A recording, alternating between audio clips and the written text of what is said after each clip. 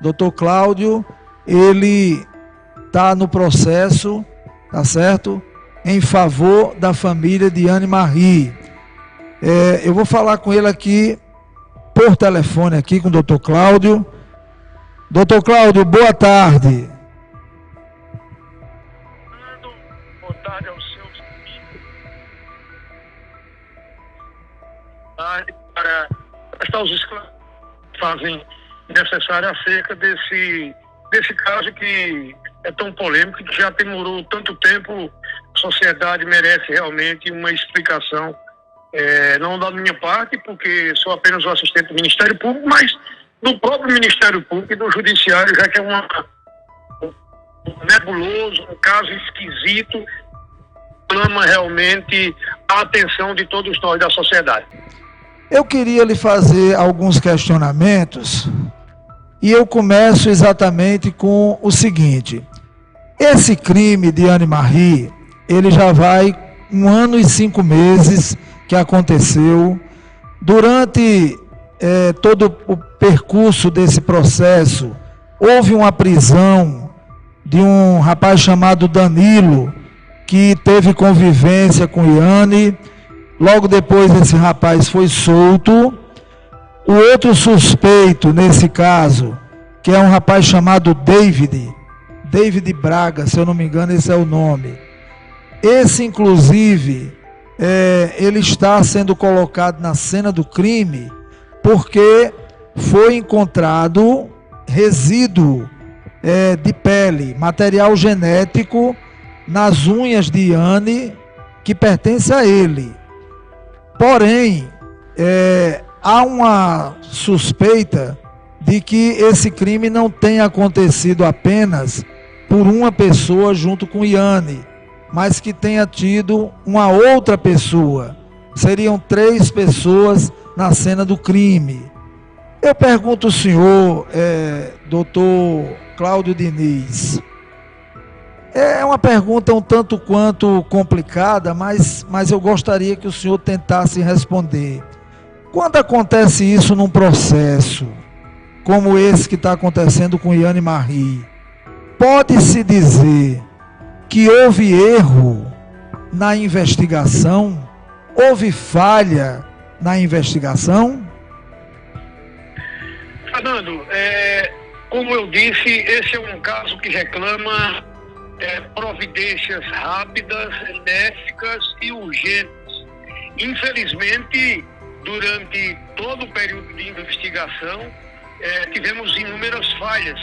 A investigação falhou, tanto é que houve a prisão de uma pessoa que não está na cena do crime, que não participou, que não teve qualquer relação com o homicídio, né, ocorrido.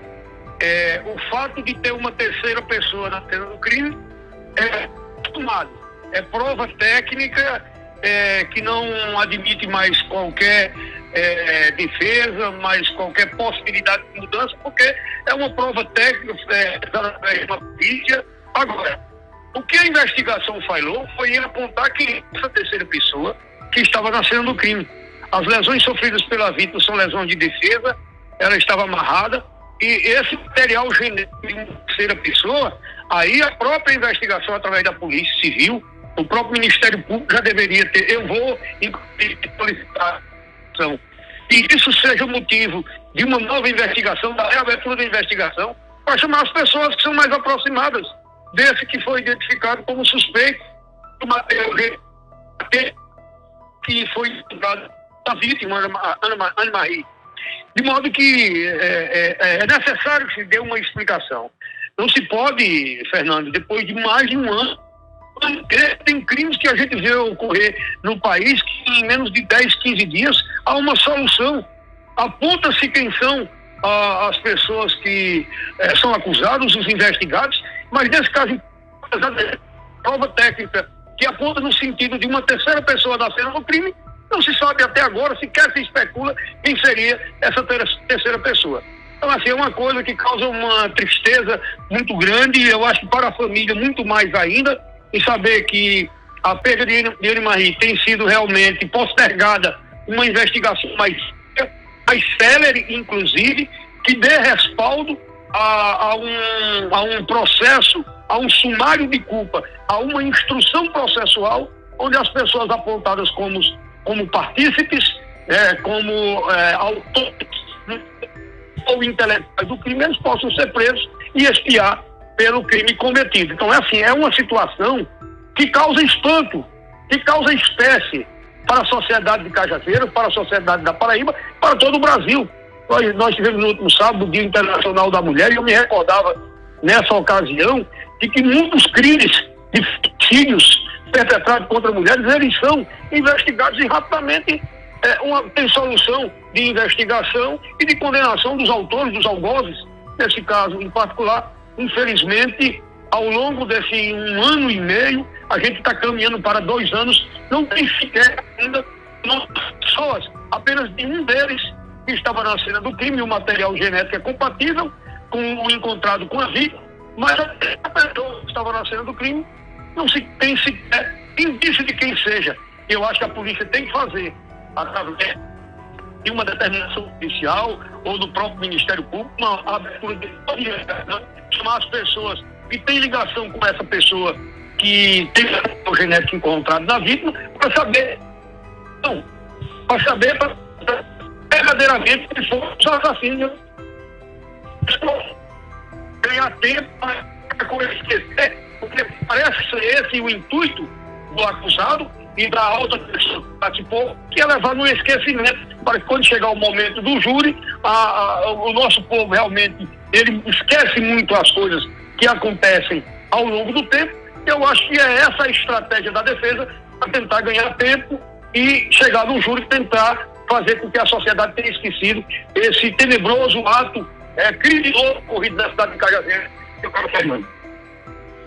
Doutor Cláudio, o senhor falando agora a respeito de outros casos que acontecem no Brasil e que a gente vê uma celeridade gigantesca, isso em locais, em cidades que são muito maiores do que aqui Cajazeiras.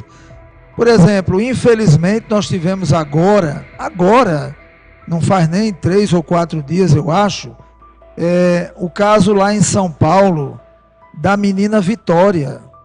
A menina Vitória que foi morta também de forma cruel, bárbara, decapitaram-na, rasparam a cabeça e de uma forma assim, sabe, gigantesca.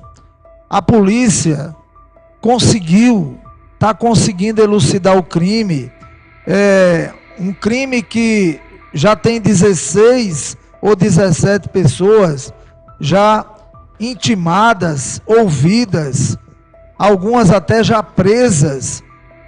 Encontraram carros com vestígios de cabelo da Vitória dentro do veículo. Ou seja, a polícia realmente faz um trabalho que a gente tira o chapéu, e muitas vezes a polícia faz um trabalho desse e até nem funciona, como é o caso do Jefferson de Moura, que nós não podemos falar da perícia. A perícia foi exitosa, mas mesmo assim o suspeito de ter matado continua solto. Mas nesse caso em Anne-Marie, a gente se pergunta, como pode acontecer um crime desse dentro de uma cidade como Cajazeiras e câmeras nenhuma captou nada, vizinhos não ouviram nada. Essa pessoa que, como o senhor mesmo já disse, está na cena do crime, porque o material genético prova isso, está solta, quando assim, na minha opinião, na minha leiga opinião, gostaria até que o senhor falasse sobre isso. Se o fato dessa pessoa estar na cena do crime, já não seria um motivo para que tivesse pelo menos preso, mesmo que depois, se for inocentado, se for o caso, porque diz que foi, o material genético foi devido a uma conjunção carnal que aconteceu entre ele e Anne, né? Mas aí tudo isso merece investigação. E eu pergunto ao senhor, apesar do tempo, não seria o caso de fazer uma exumação, de retirar os restos de Anne e fazer novos exames, para que através dessa exumação possa se chegar a mais detalhes de quem foi o autor ou os autores desse crime? O que é que o senhor pode me dizer a respeito disso? Primeiro, Fernando, esse caso de São Paulo é um caso triste, lamentável. Uma jovem de 17 anos, a Vitória, e como você disse, de forma cirúrgica, a investigação ela conseguiu até agora avançar no sentido de apontar pelo menos de alguns dos autores. São várias pessoas envolvidas nesse crime de Cajamar.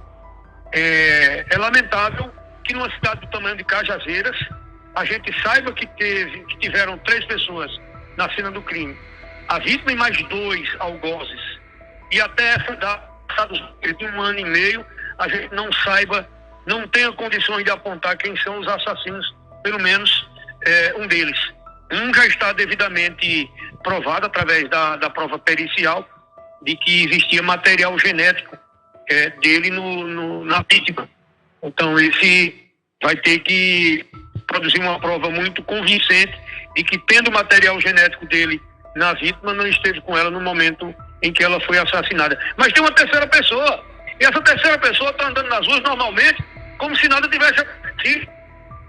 E tem pessoas na cidade aí que conversam com a família, que pode ter sido fulano, Beltrano, e eu não vejo a polícia nem o judiciário chamar quem quer que seja para ser ouvido, pelo menos, para que se possa traçar o perfil genético daquela pessoa para fazer um comparativo.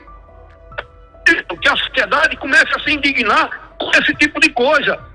E olha, Fernando, não é por falta de pedido. Eu mesmo já solicitei por 2 vezes a prisão desse cidadão que está aí sendo acusado. Claro, a ele todo o direito de produzir a ampla defesa, a mais irrestrita e ampla defesa, o contraditório, apresentar aquilo que ele achar que é necessário. Aliás, porque no Estado Democrático de Direito, você só é condenado depois que você produz toda a sua prova, a prova que você entenda ser necessária para a sua mais irrestrita e legítima defesa. Mas nesse caso em particular, a prova pericial aponta no sentido de que deveria ser efetuada a prisão para que você chegasse no terceiro integrante, na terceira pessoa que estava na cena desse crime. E o que nós vemos até agora é o judiciário inerte, parado. É uma investigação falha, equivocada, que não conseguiu traçar sequer quem tinha sido o primeiro acusado. O inocente passou 30 dias da prisão. Isso é uma brincadeira. Estão brincando com essa coisa da investigação criminal, de um crime que você disse muito bem, pequeno os vizinhos, notícia do que aconteceu. Tem muita coisa encoberta nesse caso, Fernando.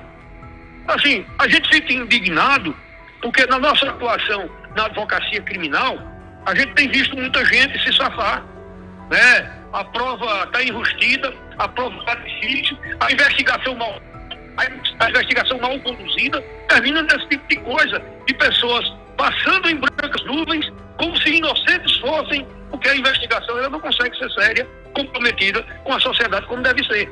Ao contrário do que você disse aí, em São Paulo não tem 10 dias, né, desse fatídico feminicídio lá em Cajamar, praticamente o tabuleiro está se fechando, todas as pedras estão se encaixando nesse quebra-cabeça. Agora, pedir a prisão nós já pedimos. Até agora o judiciário ainda não se pronunciou. Mas eu estou achando estranho que esse cidadão acusado desse feminicídio já mudou de residência por 2 vezes. Eu não sei qual é o interesse. Uma hora o interesse era num local, o advogado disse que mudou, já apresentando de outro local. E tem que começar a aprender, no caso das pessoas, quando tem um indício suficiente de autoria e materialidade, para que nesse caso em particular a gente tenha condições de começar a trabalhar para que as investigações possam apontar, mesmo de forma tardia, essa terceira pessoa que estava na cena do crime. É inadmissível, Fernando, que um caso desse, como eu disse, vou ser repetitivo, em quase 2 anos, você não deu uma satisfação à sociedade. A sociedade que paga os impostos, de todos que estão no Poder Judiciário, os que estão no Ministério Público, e que tem um dever de trazer à luz a resposta para um crime tão absurdo como foi esse de Iane Marie. Muito bem, doutor Cláudio Diniz. Deixa eu perguntar a Drica Gomes, se ela tem alguma pergunta a fazer ao senhor. Tem, Drica? Eu vou caminhar até Drica aqui. Drica, pode perguntar. Boa tarde, doutor Cláudio. Em relação à questão do material genético, né, encontrado na cena do crime. Vale salientar que o material genético coletado das unhas de Iane foram coletados das unhas quebradas. Em uma união carnal, né, não tem como quebrar a unha. Né? E outra, tem um outro material feminino encontrado na cena do crime, que a perícia faz a suposição que seja da vítima, mas não foi comparado com o da vítima, né? E ainda tem a questão dos áudios enviados por amigas de Iane para a delegada Ana Valdenice, o qual a própria Iane relatava estava recebendo ameaças dessa mulher, né? Mas a delegada não deu ouvido, achou melhor prender, né, um inocente que estava em Fortaleza, ao qual também fez o laudo, né, para ver se ele tinha marcas, hematomas, essas coisas antes de ser preso, né? Mas não pediu a mesma coisa do acusado que estava aqui em Cajazeiras, né? Porque eu acredito que se ela tivesse levantado a camisa dele, teria visto, nem precisaria de perícia, né? E eu queria perguntar ao senhor o seguinte: eu sei que o processo anda lento, né? A justiça é lenta, mas o senhor acha que a gente vai conseguir, o senhor vai conseguir a coleta do material dessa pessoa ou a prisão do acusado, até para que testemunhas que estão com medo possam abrir a boca e falar o que viram e ouviram? Rodrigo, boa tarde a você, boa tarde a todos os seus familiares. Os nossos sentimentos eternos em relação a esse fatídico feminicídio em que foi vítima Iane Marie. Essas lesões que você fala das unhas são lesões eminentemente de defesa. São lesões em que ela, naquele momento, estaria se defendendo dos seus algozes. A literatura jurídica ela já menciona isso muito claramente. A nossa jurisprudência e doutrina criminal, ela aponta nesse sentido de que quando sofre lesões nas mãos, são lesões defensivas. E foi isso efetivamente o que aconteceu. Os laudos apontados dentro do processo, eles são claros nesse aspecto. O que é mais importante aí é que deixou claro o laudo material genético de uma terceira pessoa. Isso é irrefutável, não há mais qualquer discussão quanto a esse aspecto. Dever, a obrigação de quem investiga e do Ministério Público, que é o dono da ação nesse caso, é apontar quem seria essa terceira pessoa. Nós, na condição de assistente do Ministério Público, estamos lá para assistir o Ministério Público, e eu acho que estou dentro das minhas possibilidades, inclusive com pedido, né, de prisão preventiva, para que essas investigações elas possam prosseguir. Inclusive, acredito que a família, com os nomes dessas pessoas que estão sendo apontadas, deveriam dar para a própria delegacia, para que a delegacia enviasse ao Ministério Público e ao próprio Judiciário, para que essas pessoas também pudessem ser investigadas. Colher material genético de cada um que supostamente teria participado desse crime, para fazer um comparativo, uma comparação com o material encontrado no corpo da vítima. E se aí der positivo, aí, claro, vai ser indiciado, vai ser denunciado, vai receber vaga de culpa, né, a instrução processual, para aí sim, após o final, em sendo citados, apresentados em defesa e pronunciados para o Tribunal do Júri, aí sim apresentar a sua defesa no júri, e aí a gente ter uma sentença condenatória absolutória. Então é esse o procedimento que deve seguir. Agora, o que não se admite, Drica, Fernando, amigos ouvintes, é que um processo com quase 2 anos, você não sequer os indícios de quem é essa terceira pessoa que estava na cena do crime. Não é possível que ninguém nessa rua, que nenhuma, que o próprio acusado que tem participado do crime, o genético dele está lá, no corpo da vítima. Não é possível que não diga sequer em que circunstância esteve com a vítima, porque ele não diz.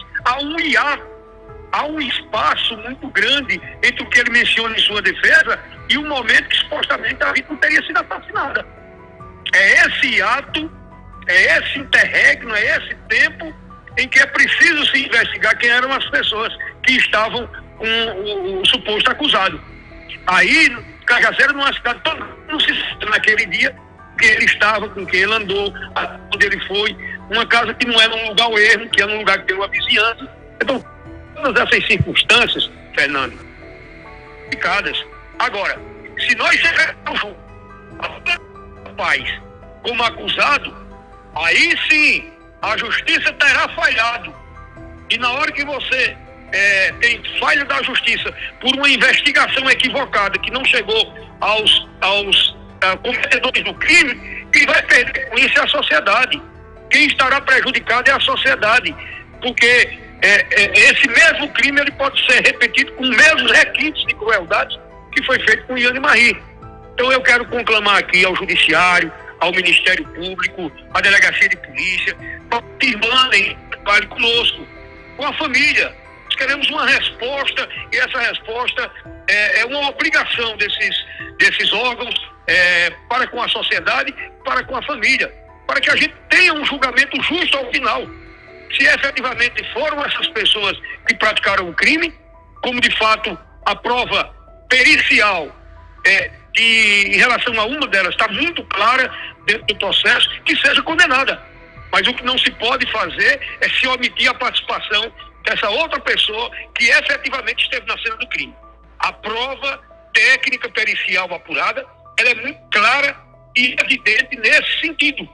Então nós não podemos mais transversar, nem esperar que algo de diferente possa acontecer, a não ser uma investigação aberta, na busca rápida, urgente da investigação e da coleta de material dessa terceira pessoa que esteve na cena do crime, para que ela possa ser indiciada, denunciada e possa responder ao processo crime que está correndo apenas em relação a uma pessoa que foi identificada e que estava presente na cena do crime. Muito bem, aí está doutor Cláudio Diniz. Doutor Cláudio, eu quero agradecer o senhor pela participação. O senhor está em João Pessoa, na nossa capital, gentilmente se colocou à disposição para participar do programa, e eu deixo agora aqui o espaço para suas considerações finais, seus agradecimentos. Muito obrigado. Fernando, eu quero agradecer a você e me colocar sempre à sua disposição, à disposição do seu programa, mas dizer sempre a nossa vasta região de sido nos tempos esse número de homicídios, de feminicídios, do crime que campeia. E é preciso que a nossa polícia ela tenha condições de fazer investigações mais rápidas, mais céleres, para que a sociedade possa ter rapidamente o esclarecimento de cada um desses crimes. Esse de Iane Marri é um crime que tem uma repercussão enorme pelo período longo de tempo em que a gente até agora espera para que isso seja feito. Já viu do Ministério Público, como do nosso Poder Judiciário, para que nós possamos nos irmanar nessa investigação, para que os acusados, aqueles que cometeram esse bárbaro crime, eles sejam indiciados, denunciados, presos e condenados pelo crime que cometeram. Quero deixar um grande abraço a você, Fernando, e me colocar sempre à sua disposição, e uma boa tarde a todos.